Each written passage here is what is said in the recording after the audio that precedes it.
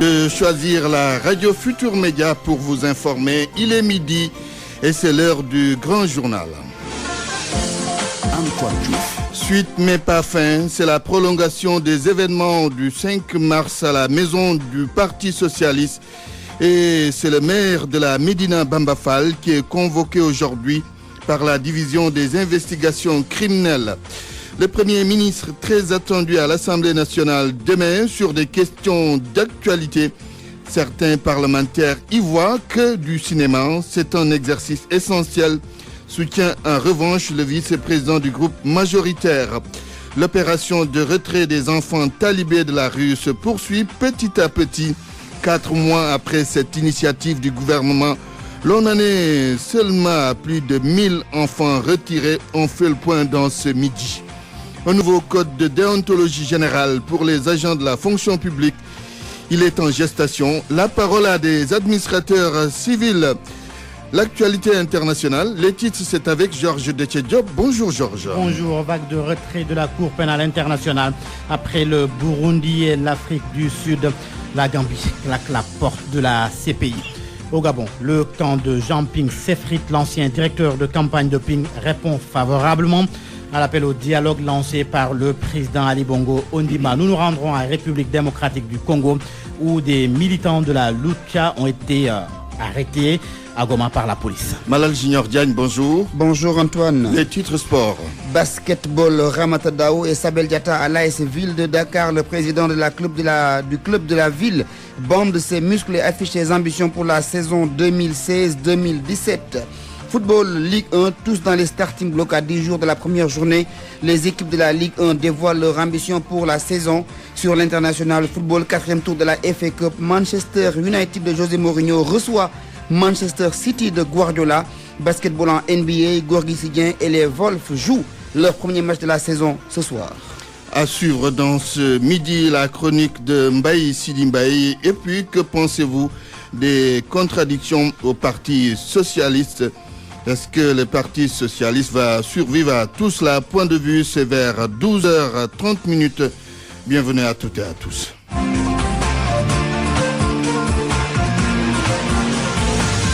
Antoine Diouf. Justement, Bamba Fall, face aux enquêteurs de la division des investigations criminelles, le maire socialiste de la Médina est convoqué aujourd'hui pour être entendu sur les événements du 5 mars qui se sont produits à la maison du Parti socialiste. Dans nos éditions matinales, le concerné a déclaré que la DIC ne doit pas se substituer au conseil de discipline du Parti socialiste. Le Premier ministre va apporter des réponses aux questions d'actualité des députés. Ce sera demain à l'Assemblée nationale. Si beaucoup de parlementaires attendent de Mohamed Abdallah Dionne un certain nombre de clarifications sur les affaires qui tiennent l'opinion en haleine, le député socialiste Barthélémy Diaz parle de cinéma. Pour ce qui est de cet exercice, il pense plutôt à une commission d'enquête parlementaire. Mais le vice-président du groupe Benno Bokk Yakaar pense autrement. Pour Pape Birahim Touré, le face-à-face du Premier ministre avec la représentation nationale est essentiel parce que des questions d'intérêt national seront abordées. Binta Diallo s'est intéressée à tout cela. Le Premier ministre face aux parlementaires pour son grand oral demain, le député socialiste Barthélémy Diaz parle de farce politique cinématographique. Il n'y a aucun Sénégalais qui attend grand-chose de cet oral de M. le Premier ministre. Même si cela est une première dans l'histoire politique du Sénégal, force est de reconnaître que c'est une mise en scène. C'est une mise en scène. Je rappelle qu'il faut d'abord déposer les questions au niveau du secrétariat de l'Assemblée et ces questions sont triées et ces questions bien sûr sont étudiées par les différents ministères concernés et quand M. le Premier ministre arrive à l'Assemblée, il récite une leçon. Et je rappelle que les députés n'ont pas droit à reprendre la parole après les explications de... Le vice-président du groupe parlementaire Benno Bokk Yakaar pense lui le contraire. Pape Birahim Touré parle de moments forts dans la vie de l'institution parlementaire où des questions d'intérêt général seront abordées. Toutes les questions qui seront débattues ici seront des questions d'intérêt général et par le passé, ça a été le cas. Maintenant, si une question posée trouve des réponses qui peuvent déboucher sur un programme et réalisation, et naturellement, mais on ne voit pas de problème parce que si on parle d'un secteur déterminé d'activité, mais pour parler sur ce secteur-là en réponse des questions qui vont être posées, mais des éléments de réponse seront donnés, mais des perspectives aussi seront dégagées. Mais ce qui a été fait aussi, naturellement, sera dit en comparaison aussi avec un référentiel. Pas besoin du Premier ministre à l'Assemblée nationale pour des questions d'actualité, dixit Barthélémy Diaz, qui propose à la place des commissions d'enquête parlementaire. C'est que l'Assemblée nationale, en tant que représentation nationale, puisse aujourd'hui se ressaisir en mettant en place des commissions d'enquête parlementaire pour éclairer la lanterne des Sénégalais sur les débats d'actualité, que ce soit le pétrole, le gaz, la santé, l'éducation. Mais rien ne marche dans ce pays. Question d'actualité ou farce politique, Mohamed Abdallah Dionne sera devant les représentants du peuple demain jeudi. 12h06, vous suivez le grand journal. Sur RFM au moins, on a des informations sûres et utiles. RFM, la radio de toute l'actualité. Bientôt un nouveau code de déontologie générale pour les agents de la fonction publique. Objectif, améliorer la qualité du service au sein de l'administration publique, mais aussi assurer la loyauté du fonctionnaire vis-à-vis de l'État. Une bonne chose, a dit l'ancien inspecteur de travail, Abdou Fouta Diakhoumpa, mais pour l'ancien gouverneur Saliou Sambou, il n'y a presque pas de nouveau sous ce rapport. Mohamed Ali Mouba. L'ancien gouverneur de Dakar, Saliou Sambou, n'est pas contre le nouveau code de déontologie de l'administration publique. Mais il n'est pas pour autant enthousiaste. Le problème, c'est que le code de déontologie a toujours existé. Maintenant, le problème du Sénégal, c'est qu'on a de très bonnes lois, mais l'application, c'est ça qui fait défaut. En vérité, c'était un bis repetita. Le code de déontologie a déjà existé. Mais enfin, maintenant, si on vote une autre loi, peut-être en renforçant certains domaines, mais en vérité, le code déjà de déontologie a existé dans tous les services. Rappelez toutefois les règles pour mettre les agents de la fonction publique face à leurs responsabilités, la loyauté envers leur employeur en filigrane. En réalité, c'est un peu ça parce que de temps en temps, on entend des déballages à droite, à gauche pour un rien. Et le drame, c'est que les gens, quand ils sont à l'intérieur, ils ne font pas de déballage, lorsqu'ils sortent, ils font des déballages. Ça, c'est déloyal vis-à-vis de leur service et c'est même pas vis-à-vis de leur service, c'est vis-à-vis de l'État, vis-à-vis de tous les concitoyens. Mais pour l'inspecteur du travail, Abdou Fouta Diakhoumpa, en mettant en place ce code, l'administration publique vise plus que la loyauté. C'est en quelque sorte la qualité de service pour les usagers publics, mais aussi on peut, comme on l'apprend dans les écoles de formation, avoir un niveau de compétence de notre professionnelle. Parce que ça aussi, ça fait partie de la déontologie. C'est pas simplement la loyauté envers l'administration. Pour le moment, aucune date certaine pour l'adoption du code. Toutefois, certains segments de la fonction publique regrettent que le code de déontologie ne soit pas élargi aux acteurs politiques. Plus de 1000 enfants ont été retirés de la rue, 4 mois après le programme d'urgence. Toutefois, les opérations sont concentrées à Dakar. Les régions vont très bientôt suivre en ce qui concerne les projets annoncés pour financer les familles et les daras dont les enfants étaient dans la rue. Rien n'a encore démarré. Selon Nyokhobaye Diouf, le budget nécessaire n'est pas réuni. Il est le directeur de la protection des droits de l'enfance.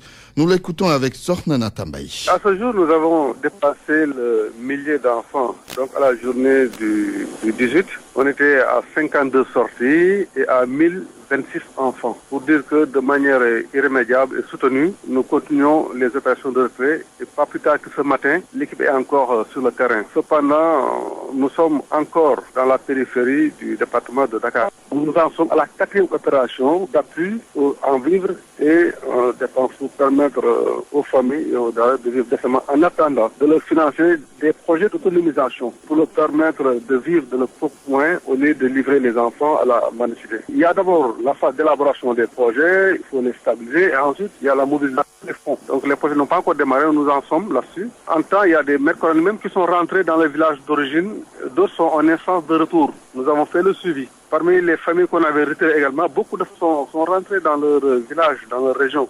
Les autres régions sont prêtes pour entrer dans l'opération. Parce que nous avons dans ces régions ce qu'on appelle des comités départementaux de protection de l'enfant. Ils ont depuis belle durée établi des dispositifs pour adresser ces questions de la mendicité des enfants. Maintenant, il reste à partager avec nous le plan national. Nous venons d'un atelier de revue qui avait permis de faire l'état des lieux au niveau de tous ces départements. Il y a environ 50 000 enfants dans la rue. Au Sénégal, Kaolack, les agents en charge du nettoiement sont en grève pour une semaine. Ils réclament 3 mois d'arriérés de salaire. Si le paiement n'est pas fait, il n'y aura pas de travail. Kaolack Ibrahima Diamé. C'est ça qu'on a paralysé le système. Ils ont immobilisé les brouettes, rassemblé les pelles et les râteaux à côté pour paralyser le système. Les techniciens de surface employés par Robotech ont décidé d'arrêter le travail pour réclamer leurs 3 mois d'arriérés de salaire. Suivant Pape Setgay, leur porte-parole, aucune explication sur ce retard ne leur a été fournie jusque-là. Nous sommes des éléments de Robotech. Nous avons 3 mois d'arriérés de salaire. Si c'est 3 mois d'arriérés de salaire, nous voulons que le chef de l'entreprise nous paye de l'argent, nous paye ces 3 mois. Qu'est-ce qu'il vous a dit? Qu'est-ce qui explique que vous restiez pendant 3 mois sans être payé? Nous n'avons pas d'explication claire. C'est ça qu'on a paralysé le système. Il n'a aucune explication. L'argent c'est, on dit, l'argent c'est l'État, l'argent c'est... Et tant qu'ils ne sont pas rétablis dans leur fonds, disent-ils, le travail ne sera pas repris et ils ont déjà déserté leur lieu de travail. Aujourd'hui, il n'y a aucun élément dans la ville. Vous le vérifiez après. En Mérina, je suis le chef d'équipe de Mérina. On ne travaille pas à Mérina. Garage Dakar, on ne travaille pas à Garage Dakar. Vous voulez le vérifier après? Jusqu'à lundi prochain, sans satisfaction, nous continuons la bataille. Nous ne voulons pas travailler. Donc tant que vous n'êtes pas payé, on ne travaille pas, on ne reprend pas le travail. Le patron de l'entreprise Robotech en question, nous avons tenté à plusieurs reprises d'entrer en contact avec lui, mais sans succès. Ibrahima Diamé, Kaolack, Radio Futur Média. RFM 94.0, la radio en puissance. Le vol de bétail, la divagation des animaux et le trafic illicite de bois sont en train de détériorer les relations entre les populations de l'ancien Gabou, qui comprend une partie de Sédhiou, de la Gambie et de la Guinée-Bissau. Une rencontre sur la question s'est tenue dans la capitale du Pakao en présence des autorités administratives de Sédhiou. C'est pour la pacification de la zone qui regroupe 3 pays. Max Euclide Kamfani, correspondance. Un espace culturellement riche et diversifié, mais souvent miné par des problèmes comme la coupe illicite de bois, le vol de bétail, la divagation des animaux, des actes récurrents dans cette région de Sédhiou, ancienne capitale du Gabou, d'où la nécessité de renforcer les liens existants pour la préservation de la paix. Moussa Dramé, président de l'association pour le développement, le Gabou. La condamnation est ferme pour vivre ensemble, quelles que soient les situations. Donc autant créer les réflexes d'une vie en communauté, en paix, en solidarité, pour que les gens puissent s'entraider et pouvoir transcender les difficultés qui ne manquent pas. Et c'est pourquoi nous avons donc jeté notre dévolu sur un certain nombre de problématiques, comme la divagation des animaux dans les zones de culture, les coupes de bois abusives, vous savez, dans le nord, la région de Sédhiou, frontalière à la Gambie, et dans l'extrême sud, frontalier donc à la Guinée-Bissau, vous savez, le vol de bétail est un phénomène très récurrent. Et donc le foncier, le leadership féminin, l'un dans l'autre, nous pensons que véritablement il s'agit de créer une synergie pour aller vers le développement, pour aller vers une paix définitive en Casamance et que les gens puissent véritablement s'inscrire dans la ligne de l'émergence. Un travail pas facile à réaliser dans cette zone et qu'il faut accompagner pour l'unité des peuples. Ndeye Marie Bodjan, représentante AGWS, partenaire de ce projet de développement. C'est une zone où il n'y a pas pratiquement beaucoup de partenaires techniques et même financiers qui accompagnent la mobilisation sociale pacifique de la gestion de conflits. Le gouverneur l'a même tantôt confirmé et qu'il montre aujourd'hui que les autorités et toutes les populations ici présentes sont invitées à se joindre auprès du Gabou pour travailler à consolider les acquis. Le vivre ensemble est dans une communauté une mission qui incombe à tout un chacun, surtout dans cette région frontalière à la Gambie et à la Guinée-Bissau, des voisins incontournables dans ce processus. Max Euclide Kamfani, Sédhiou, RFM. Le gouverneur de Sédhiou, qui a présidé la rencontre, a invité les différents peuples de l'ancien Gabou à s'approprier les valeurs de paix et de solidarité pour affermir les relations entre les communautés. Écoutons plutôt le gouverneur Habib Laondiaye au micro de Max Euclide Kamfani. C'est que chacun d'abord s'approprie l'ensemble des questions qui ont été soulevées ici, et dont la résolution nous paraît très importante donc, pour amorcer ou du moins consolider donc, le processus de paix que nous avons remarqué en Casamance, mais surtout pour raffermir davantage les relations entre les communautés et les relations entre les peuples donc, qui vivent dans cet espace sous-régional. Nous avons parlé de la divagation du bétail, du vol du bétail. Nous avons également parlé des problèmes des litiges fonciers, de la coupe abusive de bois. C'est autant de mots malheureusement qui sont là et qui font très mal à notre économie, donc à la stabilité de notre environnement. Et je pense qu'aujourd'hui, cette activité de mobilisation sociale qui a permis de voir les efforts qui ont été déjà déployés donc, dans le cadre de la lutte contre ces fléaux-là devrait aller de l'avant. Et il appartient donc aux populations de s'approprier donc ce travail qui a été fait jusqu'ici pour qu'ensemble nous puissions bâtir donc une région stable, pour qu'ensemble nous puissions bâtir une Casamance donc réconciliée avec elle-même dans un Sénégal uni et prospère. Le président Macky Sall, en visite officielle en Pologne, le chef de l'État va s'entretenir avec son homologue polonais et c'est pour explorer les différents domaines de coopération et procéder après à une signature d'accords bilatéraux, indique un communiqué de la présidence de la République. La Pologne a ouvert une ambassade au Sénégal il y a 3 mois. Les relations commencent à se redynamiser. Seulement, les échanges économiques sont faibles. L'enjeu peut être beaucoup plus politique, surtout au plan international avec la Russie qui s'est rapprochée de la Gambie et le Sénégal lui aussi veut se placer de manière stratégique. Le gaz et le pétrole aussi peuvent être au centre des discussions. Mantouré. La Pologne, le Sénégal, une relation qui peut sembler étrange, car nos échanges commerciaux sont très faibles comparés aux autres pays de l'Union européenne. Ils ne font pas plus de 5%. Et pourtant, le Sénégal a ouvert une ambassade en 2015 et même un bureau économique dirigé par Diambas Diaw. En réponse, la Polska a elle aussi ouvert son ambassade il y a juste 3 mois, a rappelé que le ministre des Affaires étrangères, Manker Ndiaye, a reçu la visite ici en 2014 d'entrepreneurs polonais. Située au centre de l'Europe, elle est le seul pays en Europe qui n'a pas connu la récession lors de la crise de 2010, avec en prime un PIB en hausse de 1,7 et de 3,5. La Pologne est la destination préférée des investisseurs étrangers en Europe centrale. Ce pays possède d'importantes ressources fossiles, surtout le charbon. Malgré tout, la question qui taraude les esprits de certains, pourquoi cette destination? Pourquoi créer un bureau économique avec tout ce que cela comporte comme dépenses dans un endroit où les relations ne sont pas aussi développées? D'aucuns diront qu'il s'agit de stratégie géopolitique. La Russie, grande adversaire de la Pologne, mais aussi des États-Unis, s'est récemment rapprochée de la Gambie, avec un Yahya Jammeh parfois hostile au président Macky Sall. Mais le Sénégal a l'avantage maintenant du gaz et du pétrole. Or, la Pologne est très bien calée dans l'exploitation du fossile. En ce moment, le monde vit une recomposition géopolitique et le Sénégal ne souhaite pas être en reste. Autre remarque, et pas des moindres, Macky Sall est allé dans un pays que connaît très bien un opposant politique qui habite la banlieue de Dakar. Politiquement, ne souhaite-t-il pas saper la chasse gardée entre guillemets de ce jeune leader, car connaissant bien la Pologne pour y avoir séjourné pendant un bon moment en politique. Tous les coups sont permis. En plus bref, la Sénégalaise Yaye Souadou Fall remporte le 2e prix Anzicha qui récompense les jeunes entrepreneurs âgés de 15 à 22 ans. La 4e édition s'est déroulée donc au Maroc. RFM. L'actualité internationale. Rebonjour Georges Déthié-Diop. Rebonjour Antoine. La justice internationale en prend un sacré coup. C'est l'effet domino après les retraits du Burundi et de l'Afrique du Sud de la CPI. Ça en a tout l'air. En tous les cas, la Gambie va se retirer de la CPI. Une annonce hier du ministre de l'Information, Chérif Bodian, a accusé la CPI de persécution des pays africains, en particulier leurs dirigeants. Selon Banjul, au moins 30 pays occidentaux ont commis des crimes de guerre depuis la création de la Cour pénale internationale sans être inquiétés.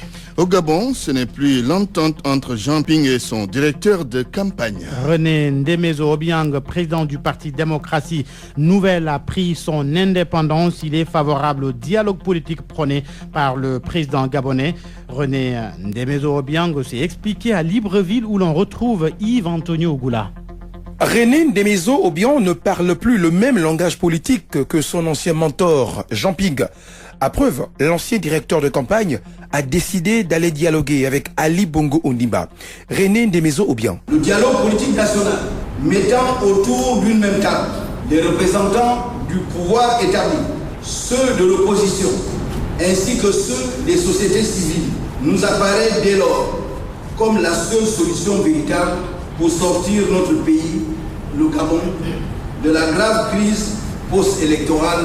Mais avant de dialoguer, il y a des conditions à poser, selon le président de Démocratie Nouvelle. Il faut entre autres exiger la décrispation du climat politique. Malgré le fait que le pouvoir appelle à un dialogue, on continue à arrêter arbitrairement, on continue à mener une chasse aux sorcières aux militants et aux leaders de l'opposition. Il faut que tout ceci s'arrête. Il faut nécessairement une médiation internationale. Ndemezo, boudé par plusieurs cadres de son parti resté fidèle à Jean-Ping, soutient que l'opposition ne doit pas aller aux législatives de décembre prochain avec les mêmes textes qui sont favorables aux partis au pouvoir. Yvan Tonio Goula, Libreville, RFM. De nouvelles arrestations en République démocratique du Congo, des militants de Lucha interpellés. Oui, 3 membres du mouvement citoyen. Arrestation à Goma, dans le nord-est du pays. Ils ont été interpellés alors qu'ils distribuaient des tracts dans une université. Fatoumata Bintouyari Kamara. Ces nouvelles arrestations interviennent 24 heures après celles de 6 autres militants du mouvement citoyen congolais. Une coalition de ce même mouvement a annulé ce mercredi un sit-in prévu à Kinshasa pour se conformer à l'interdiction de toute manifestation publique dans la capitale congolaise. C'est dans un établissement de Goma, une ville située au nord-est de la RDC, que les militants de la Lucha s'apprêtaient à distribuer des communiqués pour mobiliser contre l'accord politique signé à Kinshasa demandant une présidentielle en 2016.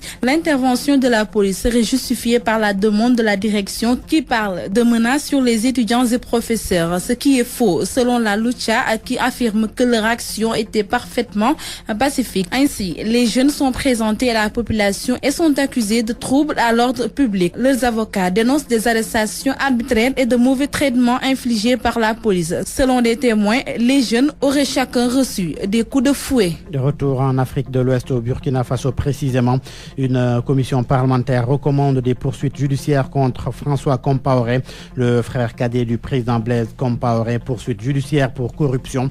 La commission est convaincue que les faits de corruption ont existé à l'octroi des permis de la mine de manganèse de Tambao au nord du Burkina Faso. Le rapport de la commission d'enquête a été présenté aux députés en séance plénière.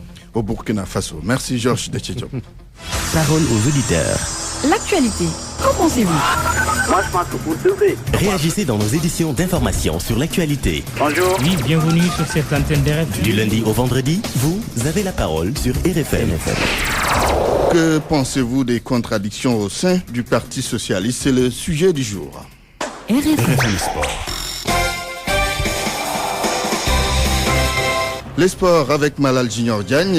Rebonjour Malal. Rebonjour Antoine. Le basket, l'AS Ville de Dakar prête pour la grande bataille. Oui, l'AS Ville de Dakar avec de nouvelles recrues, en l'occurrence les internationales Ramata Dao et Sabel Diatta pour venir donc renforcer le jeu de cette équipe de la municipalité de Dakar. Pour le président, c'est juste dans la suite de la saison dernière pour renforcer l'équipe, mais également tenter d'avoir une équipe compétitive pour défier les grandes firmes de cette première ligue de basket du Sénégal.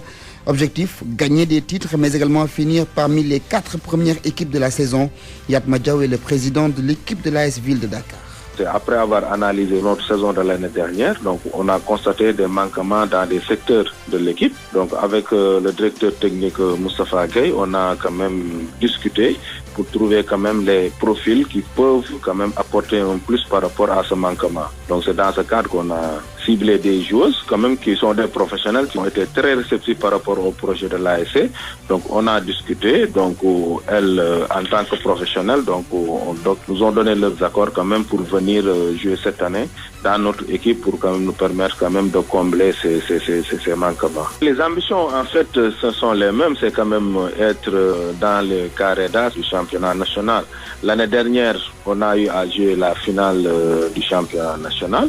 Donc cette année, on ne devrait pas faire moins que cela. Donc ce qui veut dire qu'il faut maintenir quand même les mêmes performances ou bien faire plus par rapport à ce que nous avons fait l'année dernière. Donc voilà, nous savons ce que nous devons faire. Les joueurs sont conscients des attentes.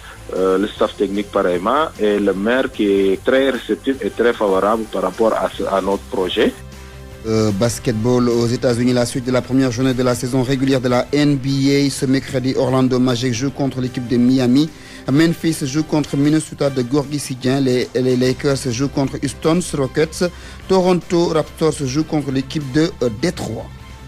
Football avec la Ligue 1, l'heure est au dernier réglage avec le début de la compétition. Prévu dans 10 jours seulement, les équipes de la Ligue 1 et Ligue 2 se préparent pour donc bien entamer cette saison 2016-2017. Comment les équipes selon les zones géographiques de cette Ligue 1 se préparent? Yari Kamara. À 10 jours du démarrage de la saison, les équipes de la Ligue 1 et 2 s'attellent au dernier réglage. Avant le premier match de la saison, plusieurs rencontres amicales sont prévues entre équipes de l'élite. Vainqueur du championnat, US Gorée jouera son 4e match officiel ce samedi face à Djambar, vainqueur de la Coupe de la Ligue. Un match doté du trophée de champion. Au nord du pays, la Linguère de Saint-Louis, toujours sans entraîneur officiel, se prépare sous les ordres de son ancien capitaine Samba Ndiaye. À Louga, Lazak Djambar a fini d'affûter ses armes en vue de réussir son premier objectif de la saison qui est le maintien. La Petite Côte, avec 3 représentants dans l'élite, Stade de Mbour, Touré Kunda et Djambar de Sali sera également fortement représenté. Loin de la pollution, le Casa Sport s'est préparé à Djembereng dans l'optique de gagner le championnat ou la Coupe nationale. L'équipe de la Verte Casamance a enregistré des renforts de taille durant l'intersaison. Pour finir, Dakar sera également fortement représenté par l'Union sportive de Ouakam, US Gorée, le Jaraaf de Dakar, AS Douane, Teungueth FC, Niary Tally et Génération Foot. Nous allons parler de Nawetan Yari avant de nous rendre sur l'étranger avec à Guédiawaye le programme des quarts de finale ce mercredi avec donc des derbies à l'affiche à 15h. Amon 456 joue contre l'équipe de Littoral à 17h. Khalé Cité joue contre Gueule-Tapée. Hier, Diakhaï a sorti l'ASC Santhiéby sur le score de 2-1. Yakar a éliminé Renaissance de Darou Minam par 1-0. Le football à l'étranger pour boucler cette page des sports. Avec la 4e journée de la FA Cup en Angleterre ce soir, duel au sommet entre les deux Manchester United de José Mourinho reçoit l'équipe de City de Pep Guardiola. À noter également West Ham qui joue contre Chelsea qui a battu le week-end dernier l'équipe de Manchester United par 4-0. Sunderland se déplace sur la pelouse de Southampton en Italie. On joue pour le compte la 10e journée du Calcio italien ce mercredi. Au programme, la Juventus de Turin, leader, joue contre la Sampdoria de Gênes. L'AS Roma est à Sao Paulo. Naples de Kalidou Koulibaly joue contre Empoli. L'Azzurrium de Diao Baldé Keita joue contre l'équipe de Cagliari alors que l'Inter de Milan va défier à domicile l'équipe de Torino. Malal Junior Diagne, merci. RFM, la chronique du jour. Chronique sur la présidentielle américaine, le regard de Mbaye Sidi Mbaye. Notre chronique de ce matin est inspirée par les États-Unis. Le président Barack Obama termine son 2e mandat à la tête des États-Unis. Dans 2 semaines, l'Amérique choisira le nouveau locataire de la Maison-Blanche, mais, fait inédit, il est possible que ce soit une dame. Et oui, une lady. Ce sera une première, une 45e présidente, habituée des lieux en plus, et de la gouvernance de l'État au plus haut niveau, sans compter sur la généreuse assistance de son époux, retraité justement de la Maison-Blanche. L'autre candidat, Donald Trump, pour le nommer, milliardaire, crédité de 2,9 milliards de dollars, constructeur d'immeubles et autres casinos, est vraiment loin de la politique et de ce monde. Il n'en a ni les qualités, ni la culture, ni les réflexes. Il veut être président et c'est tout. L'argent étant son sésame, il en a usé pour devenir le candidat républicain. Aujourd'hui, son parti s'en mord les doigts. Face à Hillary Clinton, techniquement outillée, Intellectuellement préparé, le milliardaire candidat enchaîne les erreurs, les maladresses, les goujateries et les ignorances gravissimes. Avec Donald Trump, le Parti républicain s'est vraiment trompé et continue d'offrir un mauvais théâtre trop long pour être oublié vite. Les conséquences politiques et institutionnelles peuvent être stratégiquement dommageables. Surtout que le milliardaire candidat a publiquement remis en question le consensus national républicain et démocratique en faisant planer le doute sur son fair play. Il ne dit pas qu'il acceptera sa défaite, comme pour fermer le banc. Si les Africains étaient revanchards, ils pourraient consigner dans les livres d'histoire universelle pour les enfants en dessin animé le cas Trump, illustrant le contre-exemple qui nous est venu d'Amérique. RFM, la presse du jour. Bonjour Mohamed Ali Mouba. Bonjour. À la une, Barthélémy Diaz en route vers la barre. Barth va enfin pouvoir faire face à la justice pour répondre de la mort de Ndiaga Diouf tué le 22 décembre 2011 dans l'attaque de la mairie de Mermoz Sacré-Cœur qu'il dirige, énonce le journal Enquête. Le sort de Barthélémy Diaz entre les mains de Moustapha Niasse, titre l'Observateur, c'est que souligne le journal. La conférence des présidents s'est réunie ce matin pour statuer sur la levée de son immunité parlementaire.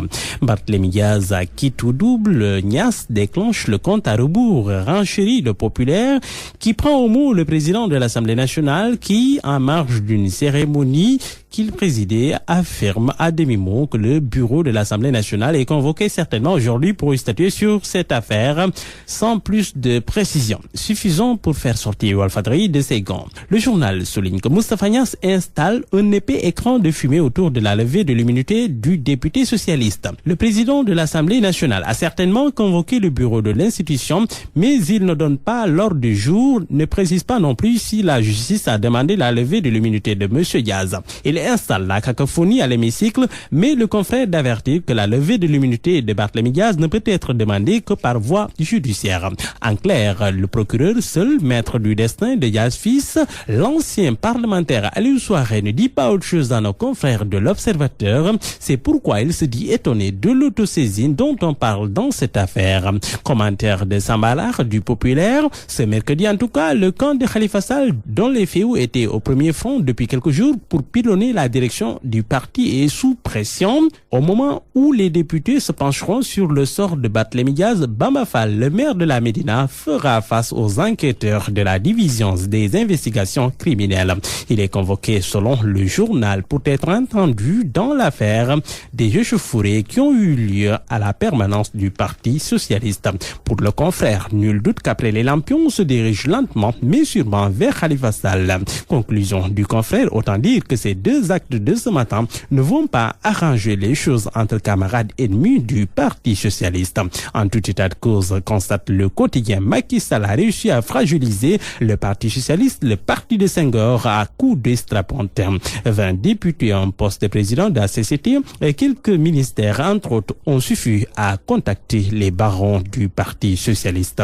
Oui, à les ferrer. Titre du journal Machiavelli. Tout titre du journal tout simplement machiavélique, avec un cas jeu de mots construit autour du prénom du chef de l'État, le président Macky Sall. Créé Aïda Nyong, une procédure sans fin, la bonne dame a vu, selon Libération, l'instruction de son dossier à nouveau prolongée pour la 10e fois. Selon Libération, la lionne du Wallo n'est pas sortie de l'ornière. À la une du Direct Info, ce tonton du littoral, des hectares distribués à de gros bonnets de la République, le gouverneur de Dakar, au cœur du scandale, il pose en première page du journal Direct Info. Et puis ce dossier dans le journal Enquête, la construction effrénée d'immeubles.e, le cadre de vie sacrifié. Le quartier jadis résidentiel est devenu un paradis pour les entrepreneurs immobiliers et un enfer pour les résidents. Le maire de Fan.e, Palameng, regrette donc cette dégradation progressive du cadre de vie. Bon lecture à tous. Point de vue. Regard croisé sur l'actualité du jour. Que pensez-vous des contradictions au Parti socialiste? Est-ce que le PS va survivre à toutes ces contradictions? Vous avez la parole. Parole aux auditeurs. L'actualité, qu'en pensez-vous?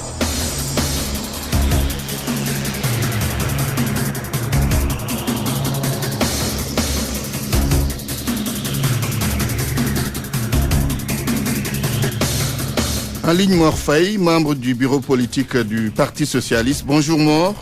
Bonjour Antoine.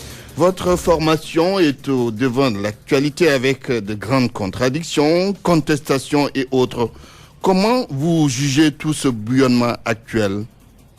Merci Antoine. Je crois que ce qui se passe au Parti socialiste est une très bonne chose parce que ça nous permet d'assainir le parti. Actuellement, il y a des... Assainir comment? Voilà, c'est ça. Vous savez, les hommes... Oui, vous avez dit que ça vous permettra d'assainir le parti. Comment assainir le parti? Voilà, les hommes partent, les structures demeurent. Diouf est parti, Senghor est parti, Tanor partira, mais toujours il y aura une génération qui va suivre. Vous savez, il y a des gens qui se croient indispensables au Parti socialiste. Et vous allez au cimetière, vous verrez qu'il y avait des gens qu'on croit indispensables. Ça veut dire quoi?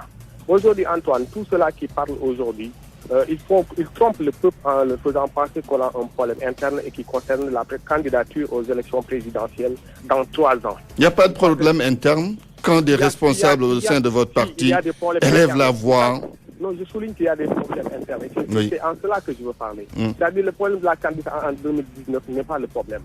Vous savez, d'aucuns avaient certains responsables qui leur ont permis d'occuper, par exemple, d'être investis sur la liste des députés.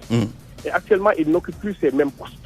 Raison pour laquelle ils ont déjà goûté ce qui se passe à l'Assemblée. Ils ne veulent plus quitter. Ils veulent aujourd'hui tromper l'intelligence des Sénégalais. Mais vous pensez à qui particulièrement? Non, je pense à tous ces députés-là, et puis Diallo, que ce soit Aminata Diallo, Barthélémy Dias, tous ces gens-là qui aujourd'hui sont des députés, et la fois prochaine ne doivent pas être sur la liste des députés du Parti socialiste parce que c'est comme ça que fonctionnent les textes du parti.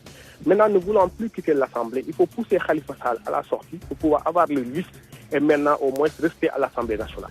Et en faisant cela, ils croient qu'ils ont affaire à Tanor Dieng, mais non, ils ont affaire au Parti socialiste. Et s'ils le font, s'ils créent une liste aux législatives, après les législatives, ils seront exclus pour que déplaise à Tanor, déplaise à qui veut. Mais nous, militants socialistes, nous, on va refuser. Vous savez, malheureusement, après l'alternance, Antoine, si vous permettez, le Parti socialiste a versé dans quelque chose qu'on ne connaissait pas chez nous.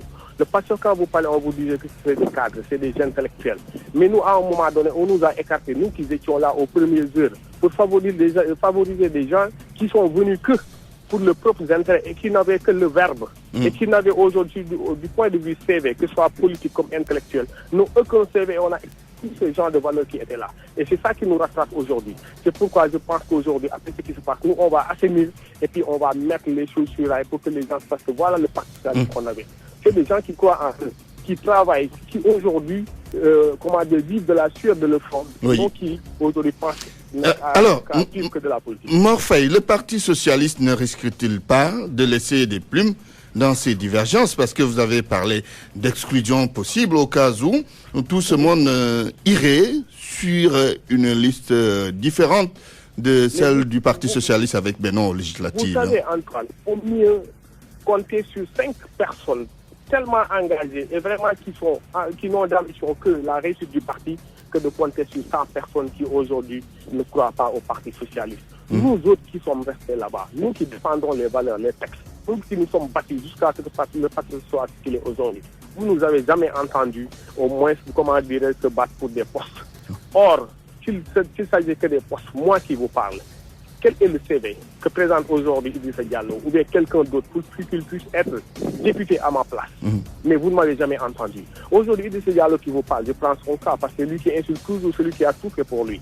Après l'affaire du bateau Le Joola avec son fils, il s'est approché de Tanor Dieng. C'est Tanor qui a fait de lui aujourd'hui un député pour qu'il puisse défendre ces idéaux-là. Qu'est-ce qu'il a fait pour les victimes du bateau Le Joola? C'est lui aujourd'hui qui veut rester à l'Assemblée nationale, qui oublie tout ce que Tanor a fait pour lui, pour insulter Tanor Dieng. Et qu'il croit qu'il a affaire à Tanor. Mais nous, d'autres militants qui avons choisi Tanor Dieng, Tanor, il est le seul aujourd'hui chef de parti qui ne peut pas dire que je suis candidat. Tous les autres chefs de carte de votre parti, c'est leur parti. Ils sont candidats à l'avance. Dans tout ça, vous parlez que d'Idrissa Diallo, de Barthélémy Diaz, mais vous ne parlez pas de Khalifa Sall. Non, exactement pour vous dire qu'il n'y a pas un cas Khalifa Sall. Khalifa Sall, il est pris en otage. Khalifa Sall, c'est un honnête citoyen qui est pris en otage par des gens qui aujourd'hui pensent à leur avenir. En politique, il ne faut pas penser aux futures élections, aux prochaines élections. Il faut penser aux générations futures. C'est en cela que je parle. Aujourd'hui, Khalifa Sall, il est de la génération de Tanor. Nous autres, nous sommes ambitieux. Aujourd'hui, dans 3 ans, qu'est-ce qui nous dit qu'Antoine, moi, Morfaye, je ne serai pas candidat au présidentiel. Très bien. Merci, Morfaye. Je rappelle que vous êtes membre du bureau politique du Parti Socialiste. En ligne, Idrissa Diallo, député du Parti Socialiste ou député à l'Assemblée nationale tout court, mais membre du bureau politique du Parti Socialiste. C'est le maire de Dalifort. Bonjour Idrissa. Bonjour. Le Parti Socialiste est-il en mauvaise passe aujourd'hui? Oui, je crois que c'est une évidence. Le Parti Socialiste, pour le moment, cette période, ça va pas. Évidence, ce n'est pas un signe de vitalité démocratique, de démocratie interne? Non, c'est tout sauf ça. Vous savez, quelquefois on dit que c'est des signes de vitalité démocratique quand il y a des remous quelque part, mais ça, c'est tout à fait différent. C'est des groupes qui ont des visions et des démarches différentes par rapport au parti, par rapport à l'avenir du parti, par rapport à la vie du parti même. Donc, il y a la direction du parti qui a décidé de se faire remorquer, alors que d'autres qui sont là ont estimé que c'est pas ça. Un parti, d'abord, pour ne pas être conjugué au passé, doit faire preuve de combativité, de persévérance et vraiment marquer son territoire. Voilà un peu les différences, c'est fondamental quand même. Oui, alors, vous dites que la direction du parti s'est fait remarquer. Qu'est-ce que vous dites des consultations faites à la base dont les résultats ont été livrés quand même? Oui, je crois que d'abord, c'est pas démocratique ce qu'ils disent. Le procédé n'est pas démocratique? Non, vous savez, les CA au Parti Socialiste, c'est 200 personnes. Il n'y a aucune CA qui s'est réunie et qui a fait, parmi les CA dont ils parlent, la plupart que je connais, sauf ce que j'ai vu à la télévision concernant Humboldt. Tout le reste, je peux vous en citer. Il y a des gens qui sont prêts à faire des témoignages. Je suis en tournée en ce moment, ici dans la région de Kolda. Mais j'ai dit, les CA qui sont réunis n'ont jamais atteint les 25 personnes. C'est des gens qui sont professionnels. Il a mis son appareil, il a mis ses hommes à la tête de ces appareils-là. Et voilà, il fait fonctionner son appareil contre les militants du parti, contre la base du Parti Socialiste. Alors moi, ce que je demande, c'est sincèrement, si le parti, on veut le sauver, si on veut être sincère, si on veut être démocratique, il est élu, on l'a élu en 2014, 4 ans. En 2018, on doit faire un congrès. Il ne faut pas qu'il fasse comme en 96, où il y avait la contestation. C'est 11 ans après qu'il a organisé un congrès. Aujourd'hui, on devait dans les placements de cartes. Les militants devaient pouvoir acheter les cartes, des cadences partout. Parce que dans toutes les coordinations, maintenant, il y a des cadences. Il n'est pas aimé, parce qu'il n'a jamais de résultat. Il est maintenant en train de prendre l'héritage que Ferro nous a laissé à vous dire, de le vendanger en fait. Alors, il est en train de jeter ce truc-là, d'aller mettre la paire. Moi, je ne suis pas à paire. Il faut, lui, s'il veut être à paire, il n'a qu'à passer à la paire du National Parti Socialiste. Vous êtes considéré minoritaire au sein de votre propre parti. Irez-vous jusqu'à prendre vos responsabilités? Quelle minorité? Vous êtes considéré comme tel, j'ai dit. Non, moi je prends quelqu'un qui s'est interviewé à la radio, ou Serigne Mbaye Thiam, qui l'a dit, mais est-ce que Serigne Mbaye Thiam a 50 personnes? Ceux-là qui parlent là, ils ont quoi? Qui est élu réellement là-bas, démocratiquement? Ils sont en train de dire, c'est le département de Mbour. Il est descendu à Nguyen, où il y a eu des contestations. Nous, on vient de Nguyen. Mais il est quand même le maire de Nguyen, non? Il a gagné Nguyen. Oui, mais vous savez, l'ambition, c'est de... Comme vous avez gagné à Dalifort, hein? Mais nous, moi, j'ai gagné tous ces gens qui parlent. Ils ont gagné chez eux. Eux, ils ont gagné quoi? Ils ont été candidats où? Si à minorité, c'est parce qu'il y a des gens qui se servent de l'appareil d'un parti pour dire qu'ils ont la majorité. Mais la base n'est pas avec eux. Ils ne l'aiment pas. Ils veulent juste faire des utilisations de fonction avec vous.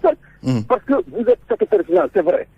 Mais quand il y a des consultations de ce genre, il faut être démocratique. Moi, je ne reçois même pas les documents. Ils m'ont même effacé des mails du parti. C'est quoi? Parce qu'ils disent ça à la gueule. Idrissa refuse d'accepter ce qu'ils sont en train de faire. Ils sont en train de vendre un parti pour des postes. Ils n'acceptent pas. Il n'est pas de renvoyer alors. Aujourd'hui, avec toutes ces contradictions, ces divergences, que risque le Parti Socialiste? Le Parti Socialiste se retrouvera. Les vrais, ceux qui pensent au parti, qui n'ont vu aucun autre parti que le Parti Socialiste. Eux, ils voient la paire. Ils n'ont qu'à démissionner la paire. Nous, on parle que de socialistes, du parti et des militants du Parti socialiste. Moi, vous m'entendez jamais parler de notre parti. Ça, tu as l'œil vers quelque part, tu vas vers là-bas. Le PS va survivre à toutes ces contradictions. Comment? Le PS va survivre à toutes ces contradictions. Va y survivre, mais avec les vrais socialistes. C'est-à-dire, on est en train de nous composer, nous, ce que nous faisons en bourse.